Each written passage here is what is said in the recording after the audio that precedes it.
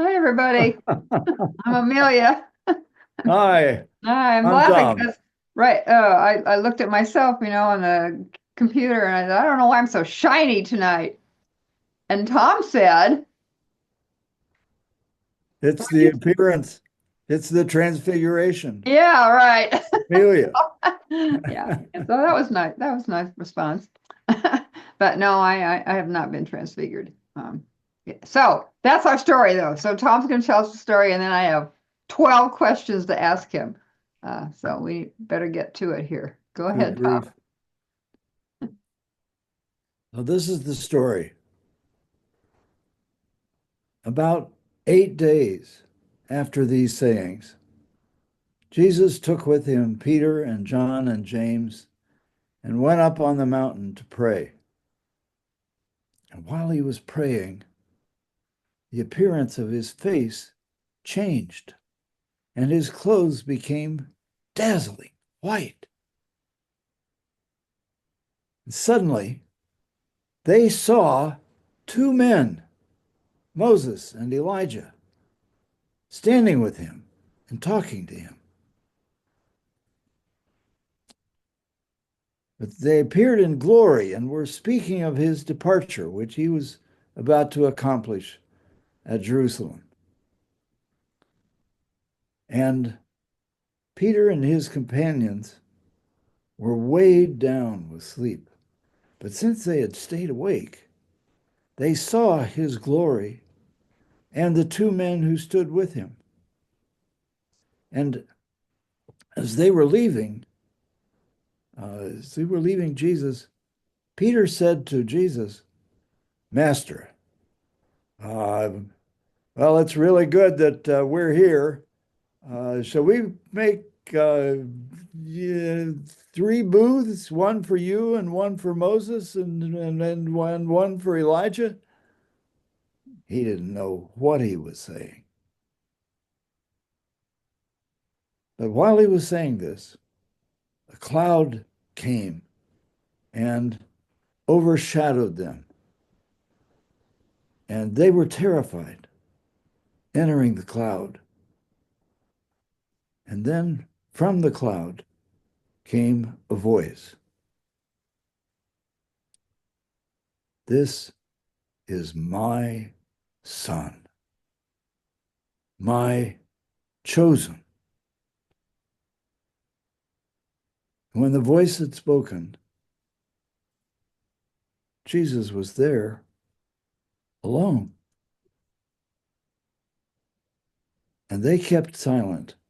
And in those days, they told no one about any of the things that they had seen. Great. So that's the story. Thank you. All right. So questions. First of all, we we have this long multi-syllable word, very churchy word that we refer to this story as the transfiguration. Um, so just for the sake of anybody who might be watching this who isn't familiar with that way of talking about this story, what does transfiguration mean in this case? It's an indication of the presence of the Holy One. And the transfiguration is the transfiguration of the appearance of a person who has been significantly seized or uh, given the gift of the presence of God. Okay, And so it's great. usually manifested as uh, signs and wonders uh, and of a divine presence. And change in appearance, I gather, at least for Right, a shining face. yeah, shining face, right? Okay. Yeah. So that's what happened with Moses when he was transfigured in the mountain. His face shone. Okay. Okay, And we'll get to that. So let me ask, what's the context of this story? What's kind of what happened before, and I mean, is there any significance to the particular placement of this story? oh, yes, it comes immediately after the prophecy of Jesus' passion and resurrection. And so it is an action that follows those uh, potentially humiliating things in terms of the way of his death that are transformed then. And he is transfigured as a sign of that divine presence that will transform his passion and resurrection into now uh, a sign of divine glory. This is about holiness. So, well, that makes me leads into the next question, really. Which Moses and Elijah. Well, first of all, I don't want to run by this. That this happens while Jesus is praying. So Yes, that was right. And interesting. they saw him praying, and then while he was praying, his appearance changed as he was talking with God. And then they see Moses and Elijah with him, and who are talking to him about his departure. So the Right. question is, what is this departure that they're talking about? Well, at this Oh, point, which, it's by the way, I want to say, I was looking at another version, and they actually call it Exodus. I thought that was, I don't know what you think about that trans. well, it's a possible, interpretation of reading into this story, the Exodus experience, and there is a lot of that in the background of this story. So it's not unheard of, but it's not what any of the words mean. Okay, so So as a so translation, it's a failure. But yeah. All right. So what? Getting back to my original question, what's the departure? well, the departure is his ascension. So the Gospel of Luke ends with Jesus ascending into heaven, and that's his departure from the earth that he is making then to heaven. Okay, so it isn't just his death, but it's his No, ascent. no, no. It's after his death, Okay. and he Okay. takes them out to the mountain, and he ascends. Yeah. Okay, so now you kind of alluded to this a couple of times, but what's in the background of the story? For like people who were first listening to it, who um, were more steeped in their Hebrew scriptures, uh, what what would they have understood in this story? They would have understood that this is a transformation of the Exodus and uh, cave, mouth of the cave experiences of Moses and Elijah. So this is full of allusions to those stories and brings to mind and memory those experiences uh, of Moses being uh, transfigured, of his face shining from his conversation with God in the cloud, and of Elijah uh, in the cave and hearing a voice of silence speaking to him uh, after the earthquake and the fire and so on. So there are memories. This is rich in memories and allusions to those earlier experiences of the holiness in the presence of God. Um, And there's a word that just kind of pops out at me anyway when I heard it twice in this story, which is glory. First in reference to um, Moses and Elijah appearing in glory, and then later on, the disciples see Jesus in his glory. right.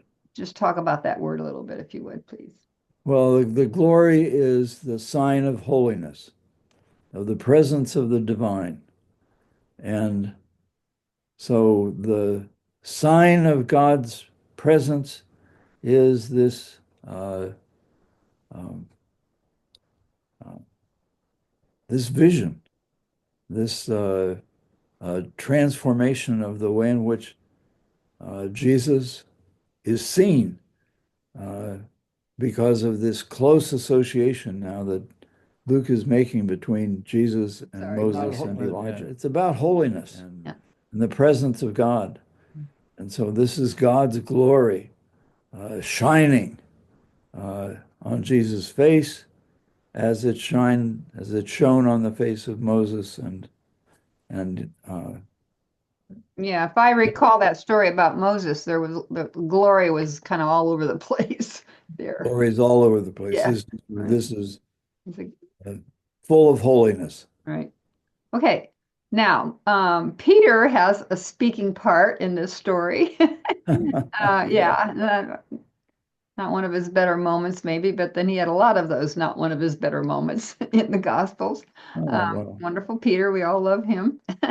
Well, maybe not everybody does, but we like it because he does kind of say the wrong thing, do the wrong thing, like all of us do. But in any case, he asks about well, in some versions it says dwellings. I think you use booths, which is a little bit older, but maybe more kind of accurate to what this is about. What are these dwellings or booths that Peter um, says he's going to build for Jesus, Moses, and Elijah? The And yet most he didn't know what he was joyful, saying. So, right, the most joyful festival of the year in Israel was the Feast of Booths, and where they would build uh, booths on the out in the hills and then they'd have meals there. It was a joyous time. So the association of this uh, with the booths is an association of joy.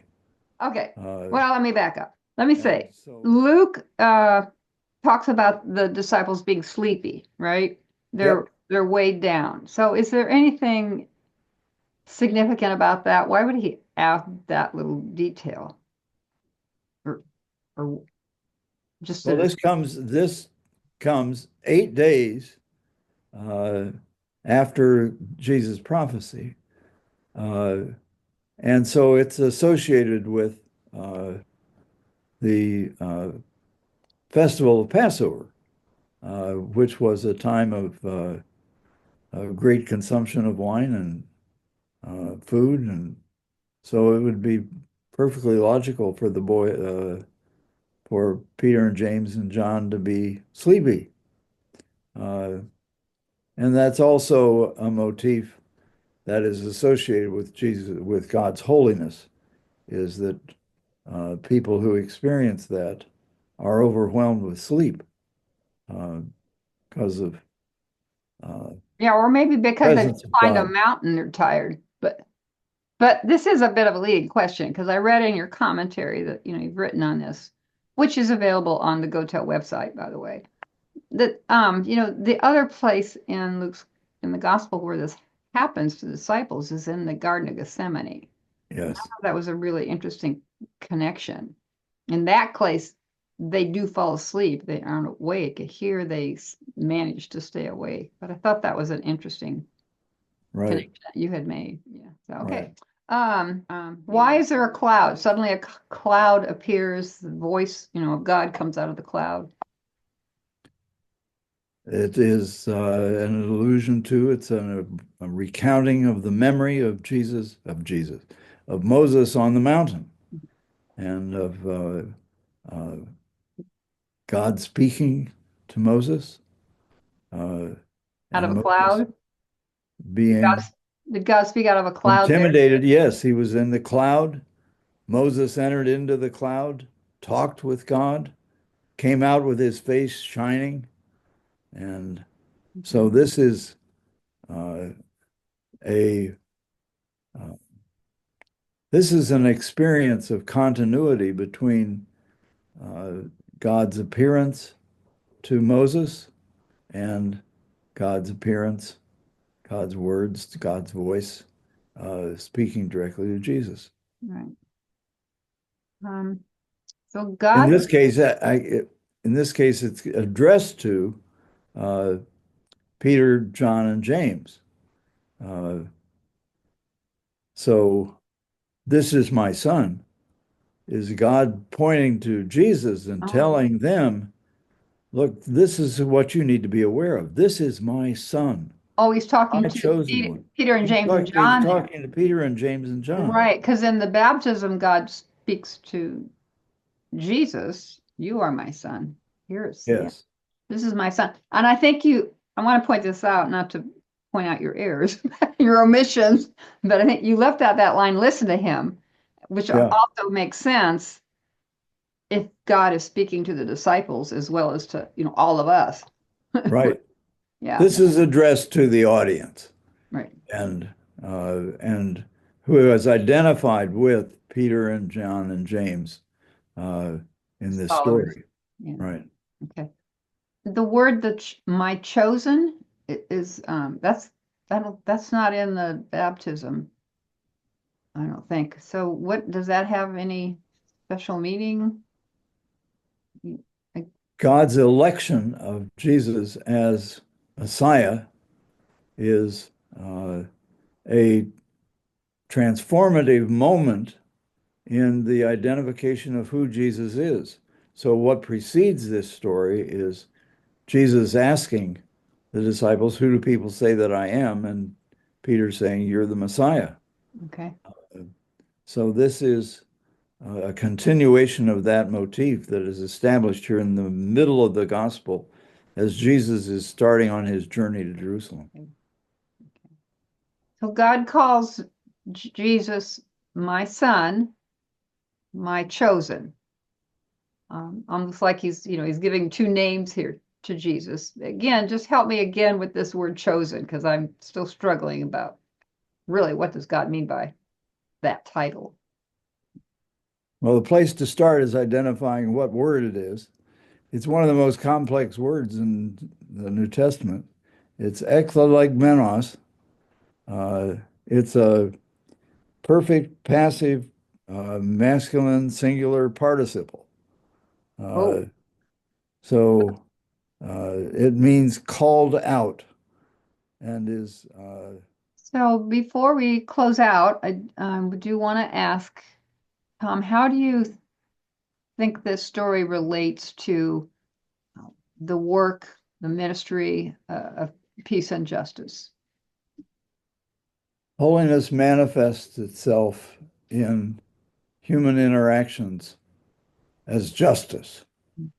Uh, God's presence brings about righteousness, brings about peace, the values of the kingdom of God, and it's manifested as justice.